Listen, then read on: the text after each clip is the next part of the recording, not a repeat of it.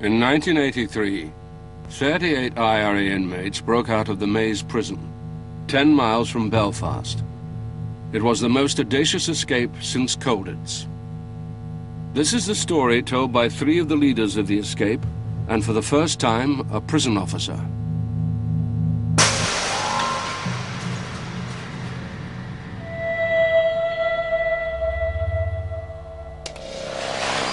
The Maze was reputedly Europe's most secure jail, a prison within a prison within an army camp. It's hard to explain the quite intimidating nature that was the H blocks.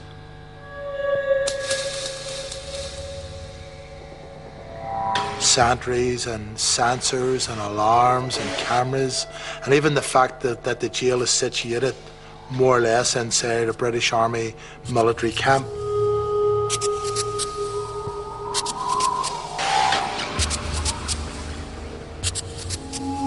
Each wing is secure. Each leg of the H in the block is a secure unit. The block's a secure unit. Then that is also in a phase, which is also inside the prison camp, which is also inside a British Army camp. If you want to get out of that there, you have a series of things to do to go from point A to point B, and it's all designed as a hyper secure unit. There was this aura developing of, this was an impregnable fortress, the only way you get out of, jail. And in fact, of course, the British government and Maggie Thatcher were boasting about it. It was in a wooden box. It was virtually impossible for any individual criminal to escape. But its designers hadn't accounted for a prison population who considered themselves an army.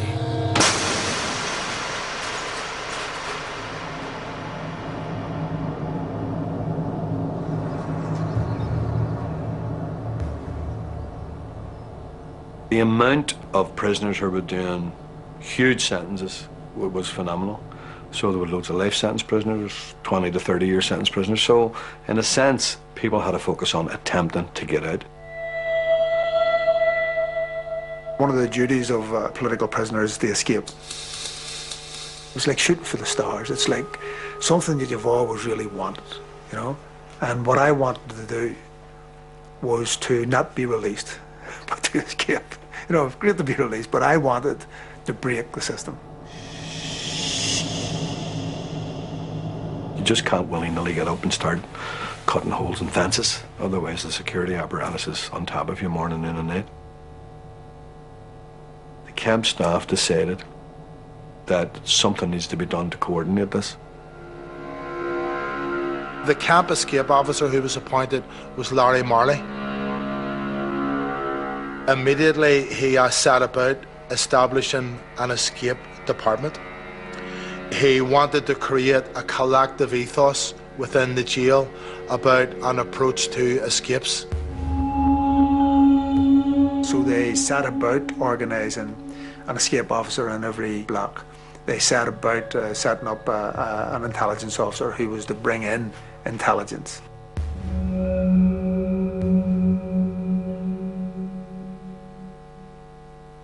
It's a very large camp, and when the screws would move you from one part of the jail to the other, they would move you in blocked out vans. They had a policy of providing you with the most limited view of the jail. Larry set about a plan to first of all demystify the jail. It was first of all getting the structure, where each block was in relation to each other block. Any aerial photographs that would have existed of the jail in the media would have been smuggled in from outside. There would have been ordnance survey maps smuggled in from outside with the view to developing an outside view of the jail.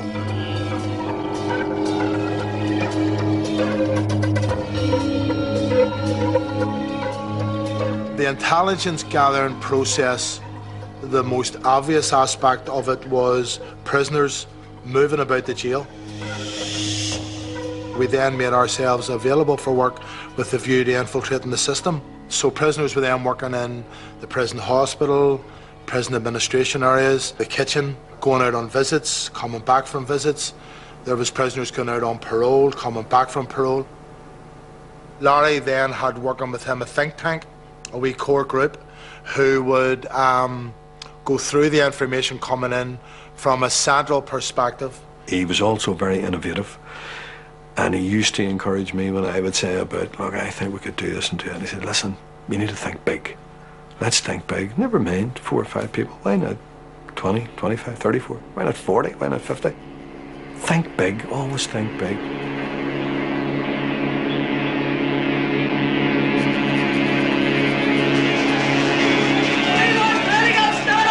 Just 18 months earlier, this most closed of worlds had become very public indeed, as the IRA made it a battleground with staff and the British government. There can be no question of political status for someone who is serving a sentence for crime.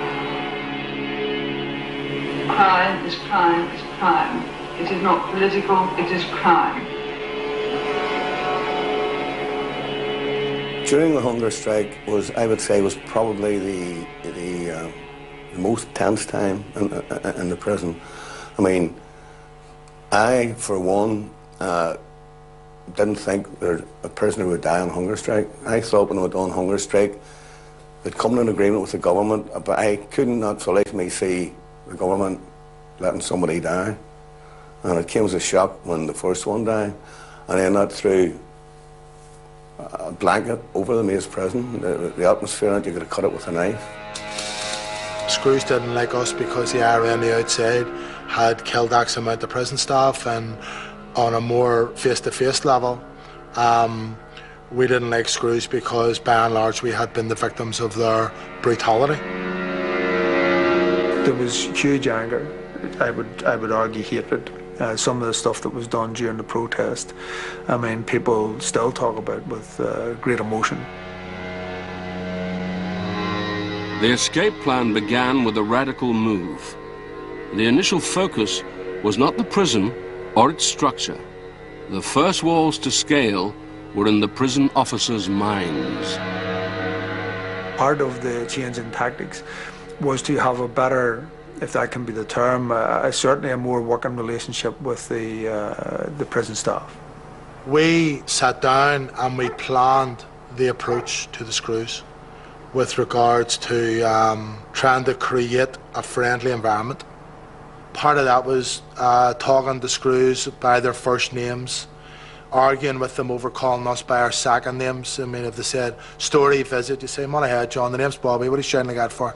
And trying to create this sort of softness and taking the tension out of the climate. It was crucial for the psychology that existed in the bloc to be brought to the level of not this hyper-security attitude that they had had. We went through a difficult time on occasions getting Republican comrades to go out into the same environment as Screws and act in a way as if you were accepting the status quo. For instance, Mick McFarlane, who would be the OC of the hunger strike. How all of a sudden he could be out cleaning the bins. This is a Republican prisoner, naked in a cell, who's taken on Maggie Thatcher. And then all of a sudden they have him brushing yards. And their attitude actually, strange enough, was in some of them, was they thought they broke us. Others, you know, were a bit suspicious, but there was ones there who actually thought, oh, we've got these guys now. When the Screws come down the wing, you'd actually stood helping them with a crossword, or you'd have been bantering them about the football. It also then, when you're sitting down, you're making them tea and you're having toast, the conversations will move on to other things. Through conversation that way, you end up acquiring information as well, just through a process, which is, it must be a nightmare queuing up to get out there. Nah, I know what I do, blah, blah, blah.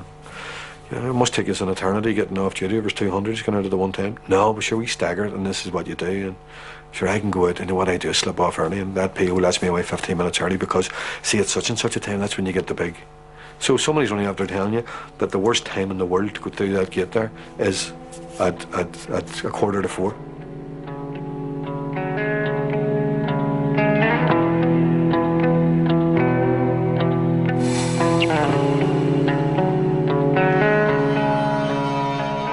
They were that eager to see Republicans cleaning their floors and making their tea, they dropped a lot of their caution. And in the case of H7, which was crucial to the work that we would eventually do there, the Screws wanted us to go into the circle area, which was the nerve centre of each of the H blocks, and to clean and to polish their area. It then became acceptable for me to be standing in the grills of the nerve centre of the block, which is their security control room, which is supposed to have the wooden door closed, the steel grill bolted and padlocked. It then became norm for that door to be open. They needed it open for fresh air because there was no ventilation. But it then became norm that they unpadlocked and just left the bar over. It became normal for me to be standing with my arms through that, talking to a screw, getting them a cup of tea, opening the grill, bringing them in tea and toast, closing it over again, walking away. Slowly but surely, it became the norm. The prisoners manipulated the staff. That's the way they worked over probably a number of months. They weren't doing anything to benefit me or any of the staff. They were playing their own tune. Through the strategy of interacting with prison staff, Republicans gleaned a vital piece of intelligence. The transport coming in and out of the prison was always a focal point for transport getting you from point A to point B. It began to emerge that one of the biggest avenues that we can use was a prison food lorry. That travelled in and out of the camp, travelled in and out of every block, and quite frankly, I lost count of the number of times per day that that lorry was travelling around the camp. It was just non-stop. We also found out that it wasn't searched at any of the gates, and that it was very much its own authority as it drove about the jail.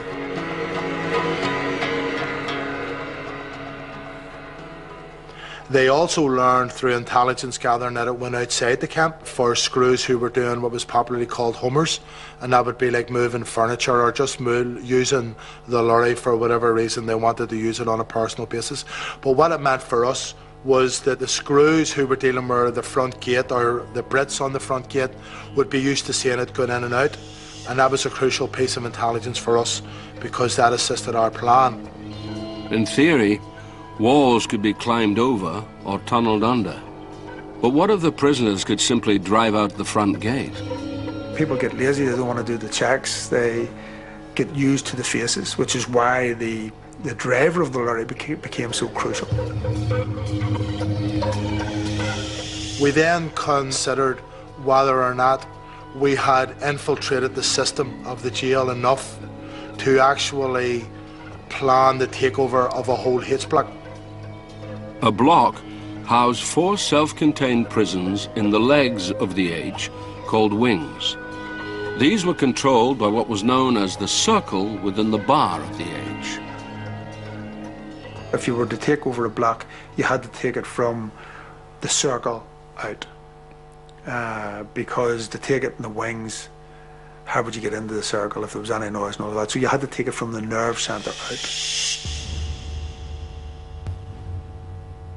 The H blocks were designed for individual control.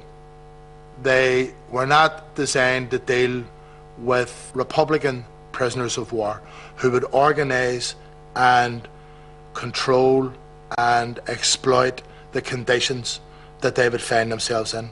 Anybody looking at a H block would see it as a nightmare scenario from the reverse, who would say, whoever gets control of the circle, and in the event that there's 120, 130 Republican prisoners here, controls the block. We sat down in the block to look at all the different aspects, and then we were then charged locally in the block with the responsibility of putting the diagrams together, indicating the alarm points, how they would do point A, how they would take point B, how many people was required. It was meticulous. Some of the stuff was totally and absolutely meticulous because we needed to be able to sell the escape to the IRA outside. We had to be hyper cautious because it had to be written. There is no other way. There was no other way of selling an argument other than putting it in paper and handing it to somebody. So it was all done in miniature.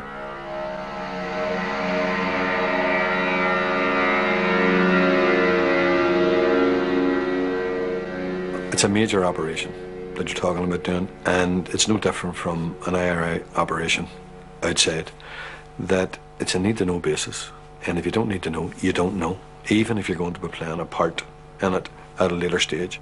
I think you used to have a thing, loose lips sink ships, during the war. Literally, there were some people who didn't know about the escape right up to the last minute. And the underpinning security aspect of it was that if we found out that they had breathed a word to anybody by hint or innuendo or anything, they wouldn't be going. I mean, the risk factor in this was huge. I would have recognised early on that if there was no firearms available for the escape, then the escape wasn't going to happen. We worked out that the screws would have had the weight of numbers over and above us out in the administration area, and that we would actually need pistols, firearms, for greater effect and greater influence over the screws. You had to be able to take whoever you were taking and have them basically surrender immediately, because you couldn't afford any fisticuffs or anything like that. And the only way to do that was that they knew that they had no choice.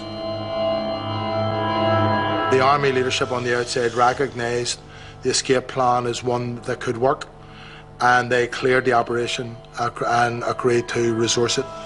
With the IRA's agreement, what had until now been a paper exercise became reality.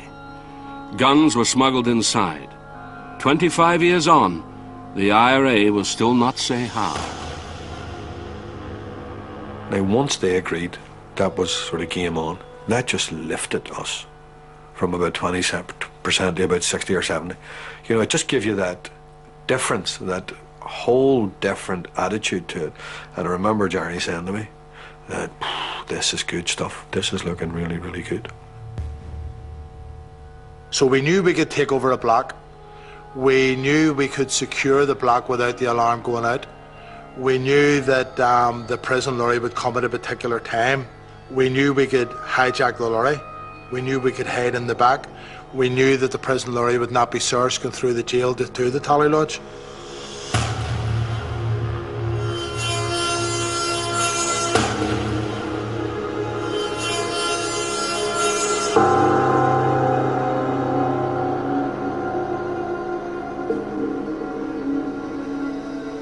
The reason we chose a Sunday was Sunday is a closed day. There's no visits, there's no movement inside the prison other than food lorries up and down or somebody going to hospital.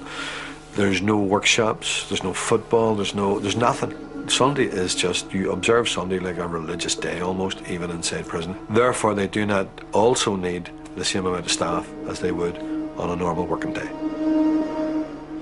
You're up on that day, there's a sense of a wee apprehension about the day, and there's a sort of sense of something's on here.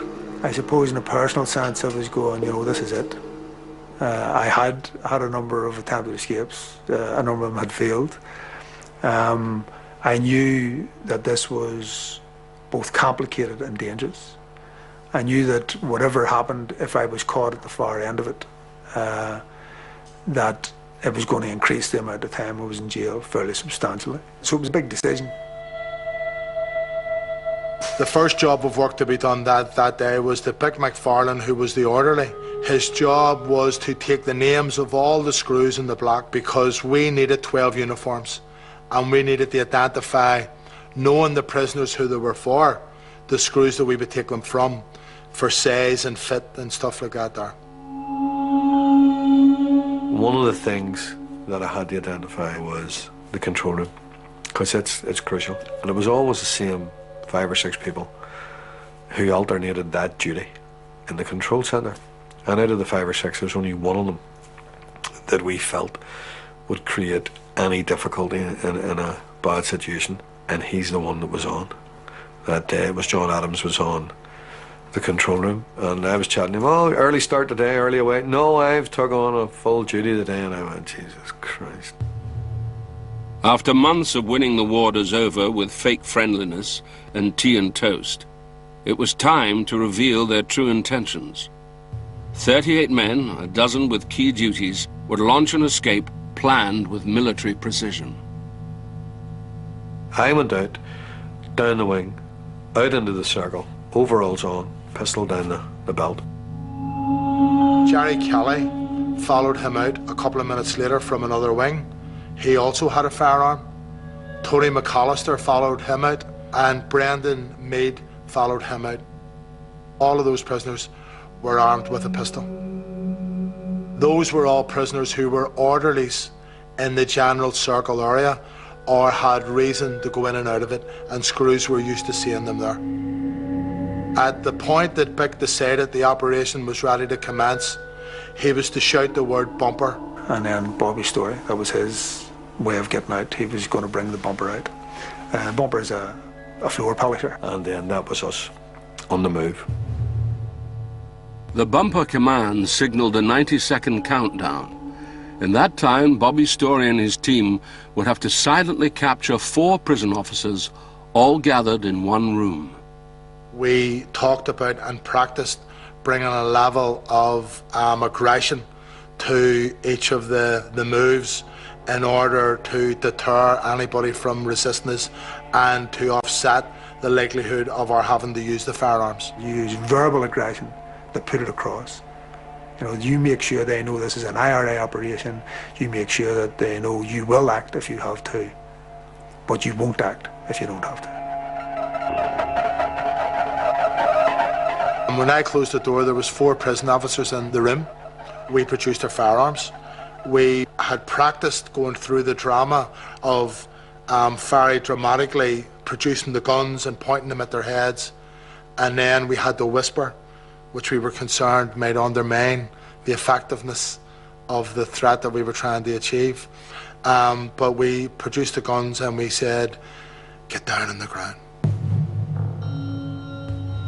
I then cocked the weapon that I had to let them know, because they're familiar with weapons, that the weapon was real and that it was ready to fire. They then moved off their seats and got on the floor. Story would then move to a pivotal position within the circle. Everything had to be done by line of sight. When I went out the door, Jerry Kelly could see me, Bick McFarlane could see him, the 2 lads who were talking across the circle could see me, and when they went down the wings to arrest their screw, the lads in the wings could see them. It was like the pebble in the water. It was like a ripple effect of a pebble in the water. And the circle's gone out in opposite direction, but at exactly the same time. And we were trying to get that effect. So it was just that bang, bang, bang, bang, all second after second. As soon as I see you taking him, I take this guy here. Key to the success of the plan was taking over the control room, which oversaw the block and communicated with the outside world. The problem with the control room was that where he sat, you had an intercom, there was a panic button, there was a radio, and there was a telephone, right? So he had all of those, which were within his reach. So it was crucial that he didn't make a move, and he was actually the person we were most worried about. He was the person we did not want in the control room. And the problem was there was a gate between me and him. He said, don't have him move. Get on the ground. This is an IRA operation. If you move, I'll shoot. If you do what I tell, you won't be hurt.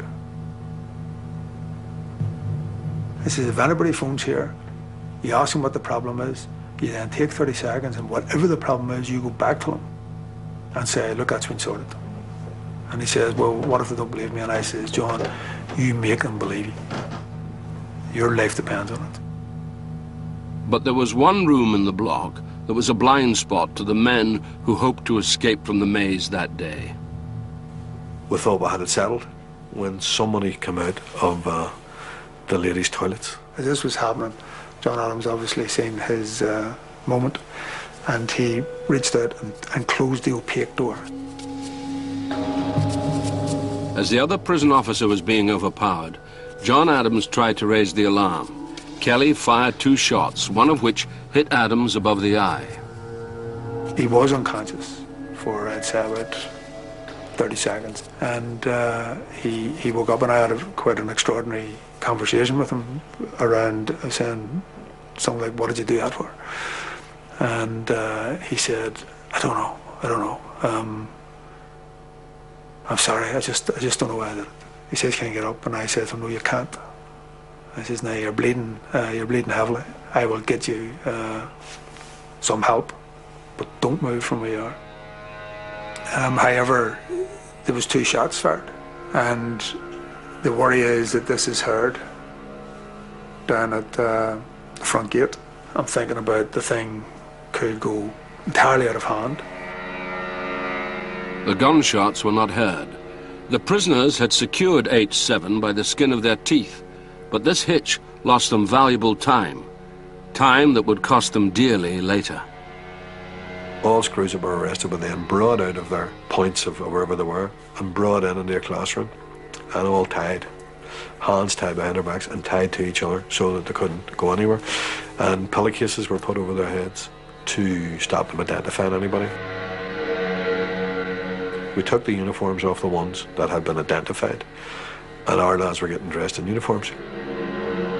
There was a statement read out in each of the canteens. It's an IRA statement that this was an IRA operation. The IRA had taken over the block. We're not here for revenge. We're not here to punish us over what has happened over the hunger strike or the protest. But you need to know that if you interfere with the escape, you will be dealt with swiftly and immediately. At that particular point, the block has been taken over. We control it. We're controlling communications in and out of the block. Everybody then was readied for the next phase of the operation, which was the arrival of the food lorry. We needed the lorry driver to drive us out of the block. There was a prison officer drove it. None of us could drive it out. He needed to be identified, going through the gates and stuff like that, and we needed to come up with a plan that would ensure that he would do it. This guy was crucial to the escape. Davy McLaughlin was the key pin. So when he got out of the lorry, Jerry Kelly and I went up to him, produced firearms, very aggressively pointed them at him, told him that the block was under Republican control, that he was under arrest, that if he didn't do what he was told, that he would be shot. This is us here at H7. Okay. We made the medical room up like 3 pin boards with maps on it. We had rounds of ammunition sitting on the table and a couple of firearms, just in order that he's seen that he was in an environment that we were absolutely confident in, that we would be clinical about, and that we controlled. The driver assured us that we had his full compliance, and we then started showing him the maps, and he actually started showing us small inaccuracies on the maps. And the reason for that was because he said, "I'm just showing you this in case where you're saying you turn left there, it's actually maybe 40 yards further down, but in case you think I'm driving on and doing something wrong, I don't want you to overreact on me." We then loaded up the lorry with escapees, and there was to be 38 prisoners in all. Jerry Kelly was the only prisoner that did not get into the back of the lorry. His job was to lie across the well of the lorry, below the legs of the driver. That I would have a gun to his stomach, that if he went off, if he did anything wrong, if he did anything against what I said, then he would be shot. What we were trying to say to him was that no matter what, we're going to escape, but in one of the plans, which is the preferred plan, you live. Last two on was me and Bobby. Kelly was already in the front, and we closed up the tailboard and pulled down the shutter at the back, and everybody was sitting, we're told, total and absolute silence. So we drove off out of the block, swung left and then left again up along the road towards the exit route.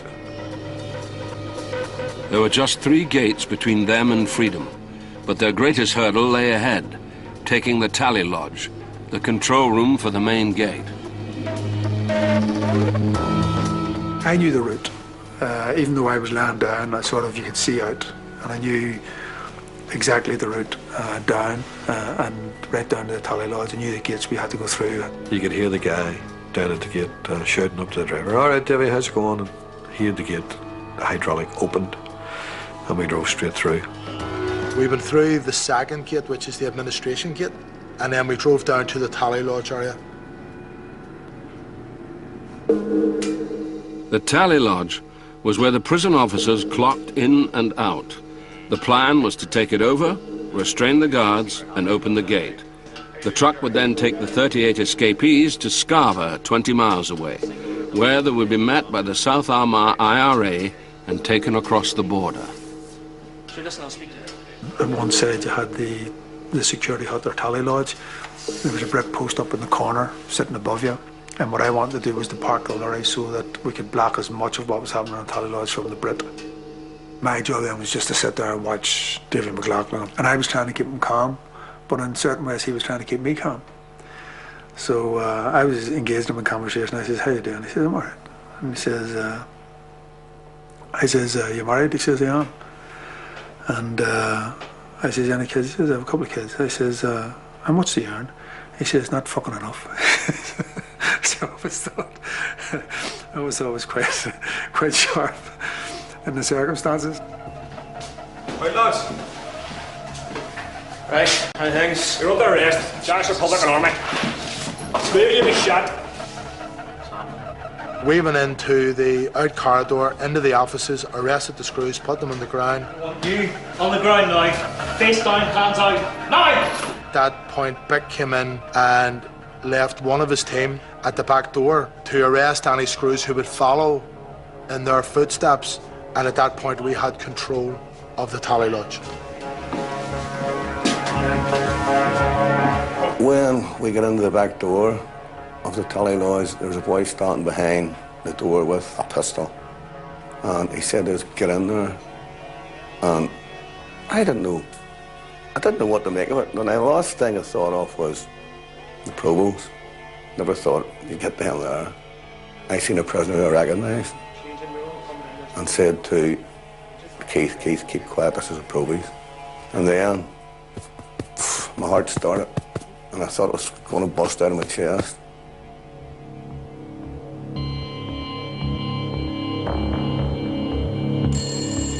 A phone call came through to the Tally Lodge.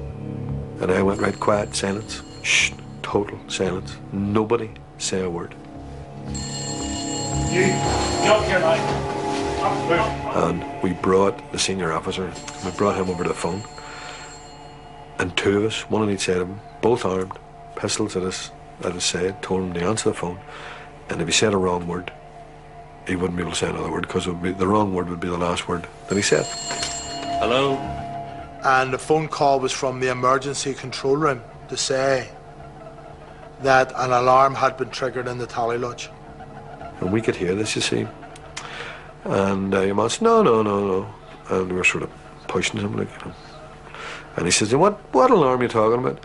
The emergency control room said the alarm that has went off is an alarm that's on to the TV, which when we looked over at the TV, there was a number of prison officers, prison staff, lying under the TV, and obviously one of them had hit the alarm. And they all began moving away from the TV as a result of our taking a focus on it. And your man said to him on the phone, "Red, come on, stop calling about now, no more messing around." And your man said, all right. He said, "Well, reset the alarm." And then this was this guy's opportunity to send the signal.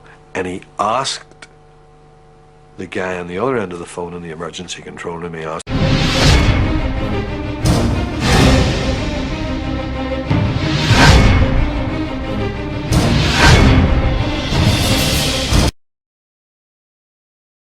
him, "How do you reset the alarm?"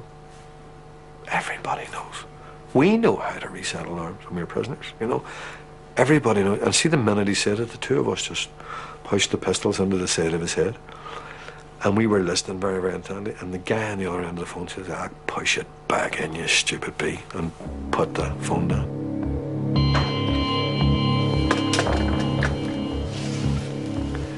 And this guy drained, just physically turned white, you know, the same colour as his shirt, because he tried to send a signal that something was wrong and the other guy didn't pick it up.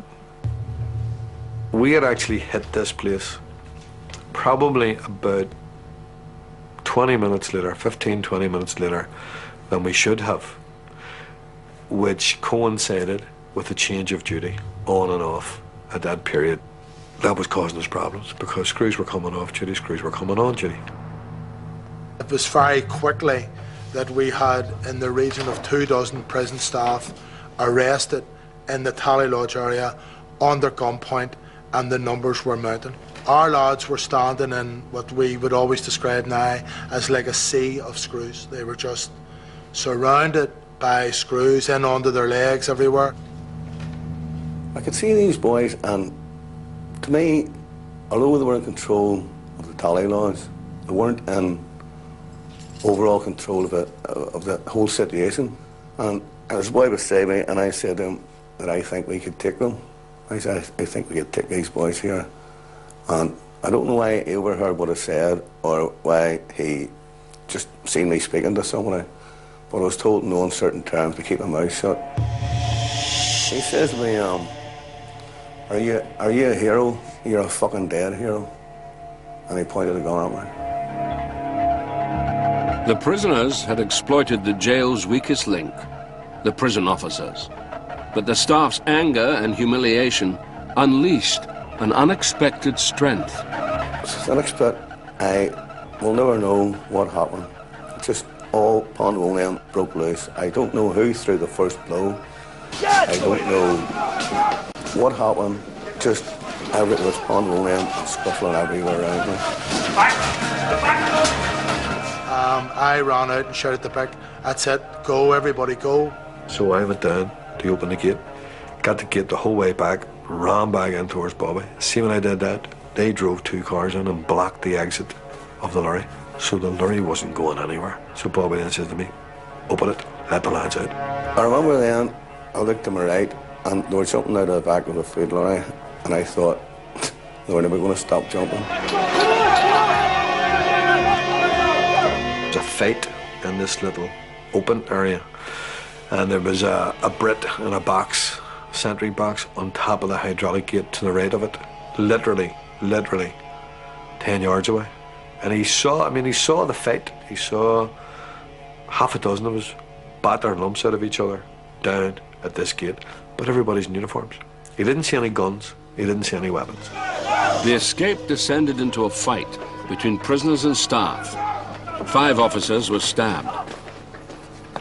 I seen Jimmy first, and Jimmy's words were to me, he says, "Campbell, the bastards have stabbed me." And I said, "Where?" And I think it was his left arm he lifted, and it was just below his armpit. But I said to him, "Jimmy, you're going to be okay because there's not much blood," and there wasn't really an awful lot of blood.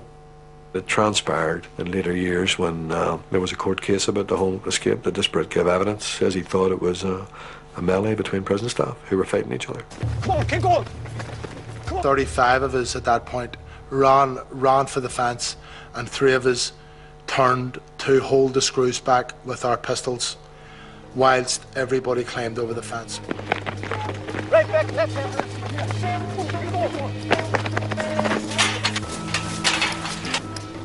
So we're going after these boys over the field, and one of them turned around and pointed a gun at me, and I thought it was a replica, and I kept running at him, and that's where he shot me. He shot me in the leg, and well, I went down, that was me out of it then.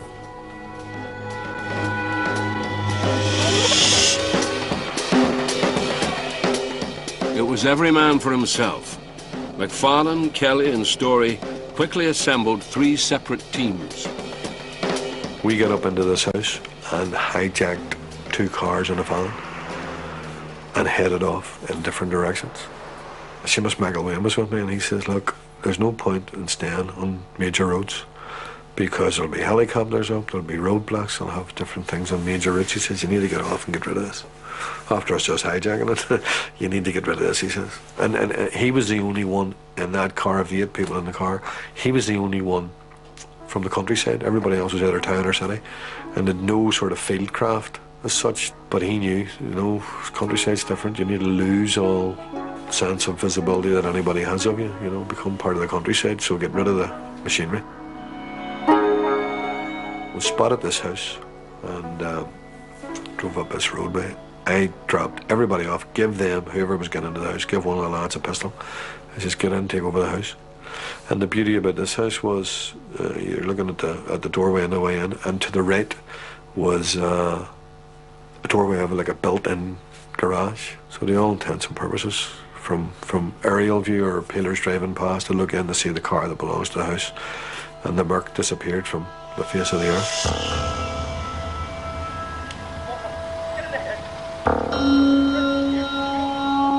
We crossed a couple of fields, crossed the road, and we were coming to a river. It was actually the Lagan. We then hid along a hedge and got into the water and hid onto the bank. There was a couple of cows in a field facing us, and they started running off. One of them was startled. We thought people were coming, and they did. It was RUC, military police, and prison staff. They were shouting about prisoners having been seen. One of the RUC men, he pointed over to where we were and said, look at the way the water ripples on the bank there. And he think that's odd and stuff like that. And then he finally handed over his rifle to another RUC man, got down into, if you like, a press-up position for a look under the lip, and he was able to see clearly our heads behind the reeds. We were just clear to be seen. They took us out of the river. This was all under gunpoint, and then they stripped us naked and marched us up to a jeep, and then they brought us back round to the jail. They dragged us out by the feet from the van, dragged us in, kicked us into the punishment cells. Jerry Kelly and his team made it to a nationalist housing estate in Lurgan, where they made contact with a former H-Block comrade. My memory of it is that Match of the Day was on. He was sitting there watching it, and I shouted he had a nickname, I shouted his nickname. And he, I mean, literally lifted about sort of whatever 6 inches off the sofa. And I says, "It's Jerry Kelly, take it easy." I says, "We've just escaped from the H-Blocks." He says, What? And then he sort of started recognising me. And he was sort of trying to get the information. He says, "When, Hermani, it hasn't been on the news." And I says, "We've just escaped." I says, "Well, we're seen coming in here." I says, "We stopped at the shop." I says, "You need to get the OC." I says, "And we need to be out of this district in 5 minutes." Mass escape from the maze. A prison officer killed, more than 20 Republicans on the run. Maintenant, en Irlande du Nord, une vingtaine de prisonniers se sont échappés de la prison de haute sécurité. The fields and hedgerows around the jail have been bristling with heavily armed soldiers, while helicopters have been circling overhead. It must have been the following day when people came down to visit me. They told me Jimmy had died. I found it hard to believe, because I seen the blood on his shirt, and to me it was only a spot about the size of the palm of your hand. There was no great deal of blood, but there you go. 38 prisoners escaped. 10 of them were recaptured by tonight, but the remainder are still at large. Any way you look at it, the escape from the H-Block has driven an astonishing battering ram through one of the most carefully constructed high-security prisons in the world. It is a very grave incident indeed, the most serious in our prison history. The Secretary of State, Jim Pryor, has set up an inquiry immediately, and I think we must await the result of that inquiry. In the meantime, everything is being done to try to find the escaped prisoners and return them to prison.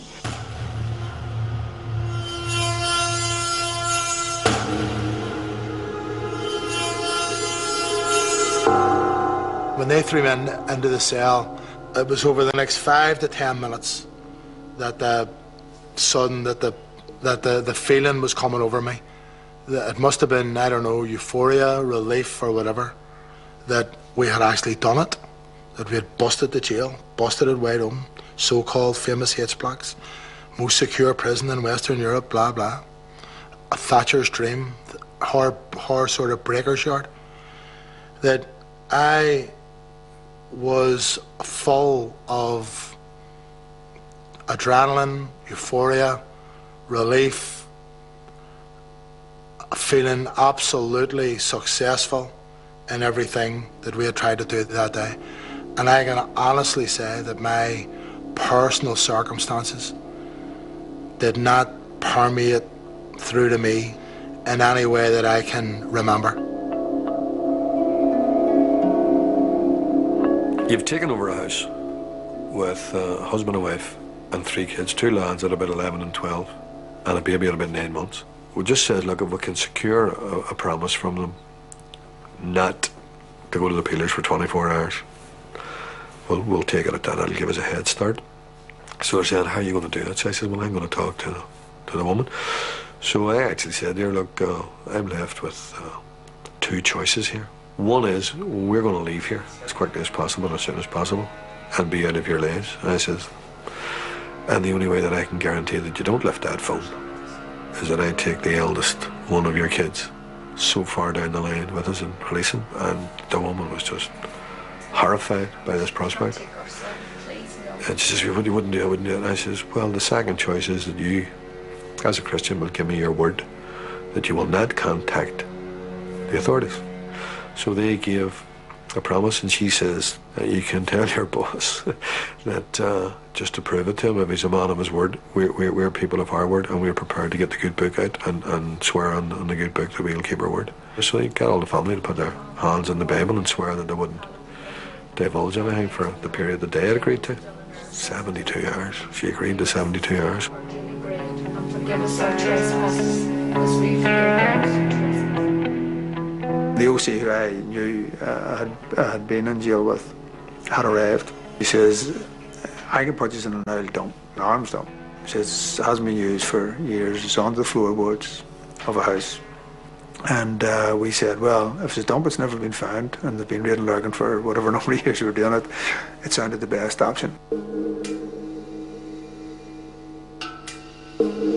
But when we would get down, the surprise was, we were expecting a dump to be able to sit up on it or something. You weren't able to sit up. It was actually under 2 rooms with a connection in. You couldn't actually turn, if you were lying down, so you could only lie down, and you couldn't actually turn without hitting your shoulder on the rafters.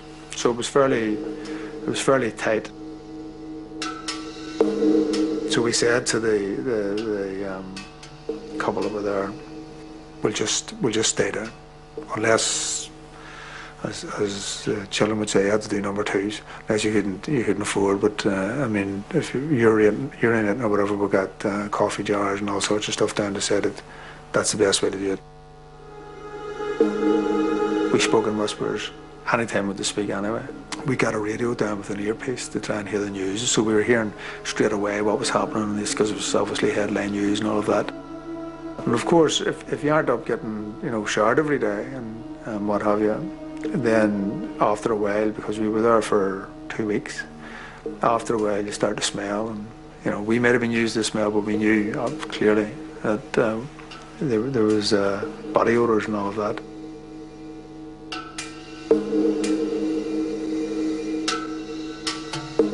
A representative of the Northern Command came to see us and sort of discussed how we were doing all of that.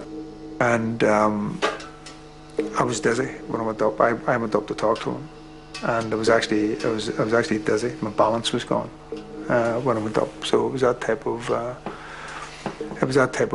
atmosphere. Well, let's keep it going. We decided that we would go to South Armagh because we knew contact people down there that we could get in contact with. We also decided that we would go only at night and travel through fields for the first few hours, as opposed to using any country lanes or roads. Once we got past midnight, we used railway tracks the whole way down towards Newry. So I just remember waking up, sitting dozing on the Monday morning at about 7 o'clock. We'd taken a small radio as well with us and listening to the news at 7 o'clock in the morning, very, very faint. And just this feeling of birds chirping around you, and you're sitting in the middle of a field, whereas the day before you were in Europe's most secure prison camp. It's actually an unreal type of feeling, it's a wonder. I'm here, I'm out. you know, is this real? This is amazing. It's quiet, it's peaceful. You can hear the wind blowing through the trees. Come about 8 o'clock that night, we headed off again. Same thing again, over fields, fences. Now people were getting tired, and because you'd walk all night you'd set off about 8 or half 8 at night, and you'd walk, you know, as continuously as possible, right through to about 4 or 5 o'clock the next morning. So we did that for 3 or 4 days. McFarlane decided to take a risk. Knowing they were in a nationalist area, they threw themselves on the mercy of the family in whose barn they were hiding. Just took a chance and got them to go to a local Republican in the area that they knew. 2 big cars came out to pick us up. Once they put us into the cars, that was us driven straight into South Armagh and into safe billets right down, literally 200 to 300 yards off the border. There was this feeling of, like, you know, you'd closed a chapter. That when they arrived to pick us up, there was a confidence about them. They were in their territory. They were in South Armagh. The minute that I got into the car with these people, I relaxed totally and absolutely, and I just felt that is it. This phase of the escape is done. We are now in safe hands. After months living undercover in rural Ireland, Kelly and McFarlane flew to the continent in January 1984 using false passports. Here they resumed their IRA activities with new identities. In jail, the outside world is probably in its true sense of the word fantastic, because your memory of it is exaggerated. What came home to me was I was actually out walking one day and had to stop at the lights and press the button. When I was walking across the street, it just hit me. You know, just one of those things. I just remember it very well. You know, flip me, I'm out. You know, I'm free. And it was as mundane as that. It wasn't anything extraordinary that happened.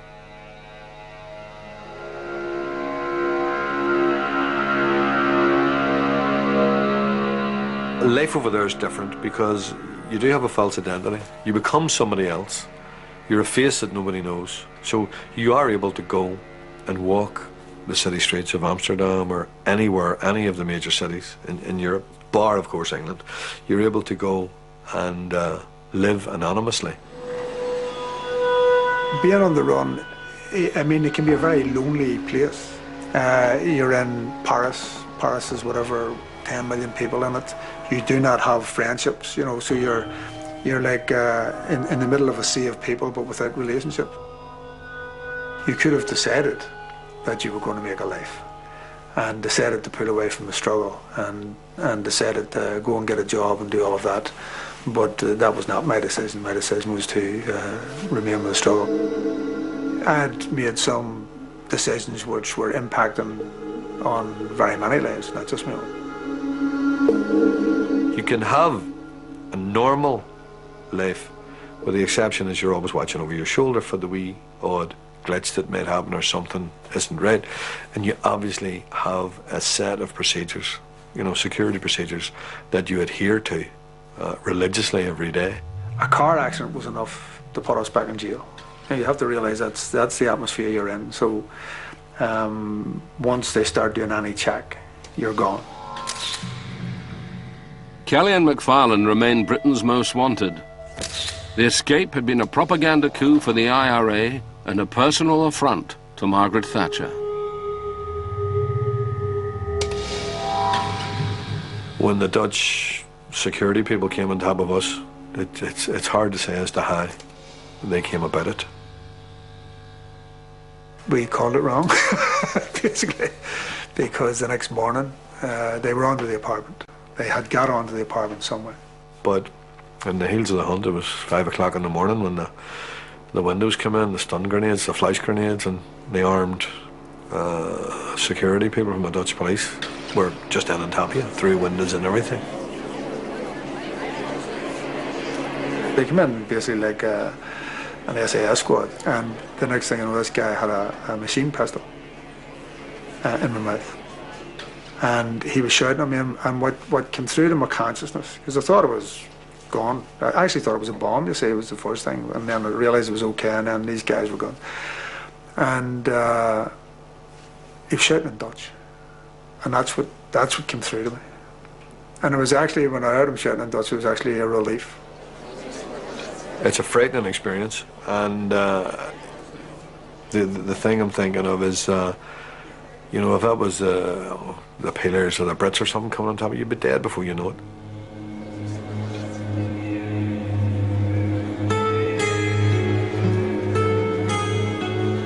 The extradition process ran to the end of it, and I think it was the 4th or the 5th of December 1986. They flew us back in and then brought back up into the H blocks.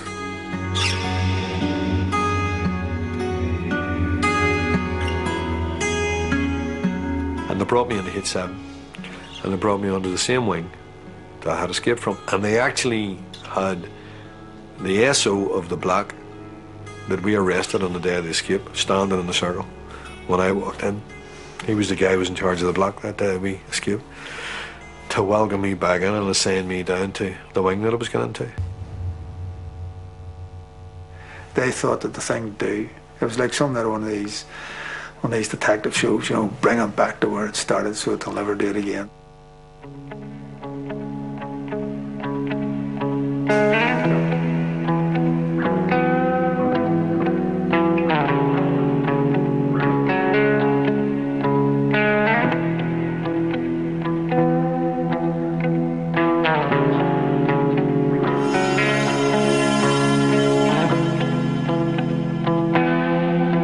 The plan was that if he did not return within 10 minutes to tell us that there was a problem, then we knew the escape was on. At the same time as Bick went into the circle, Republican prisoners in each of the 4 wings began preparing to arrest the screws who were in their particular wing. The next part of the operation then was that Bick McFarlane would go into the circle area, walk over to a grill here, and actually shout down to these wings, "Has anybody got the bumper?" The bumper was a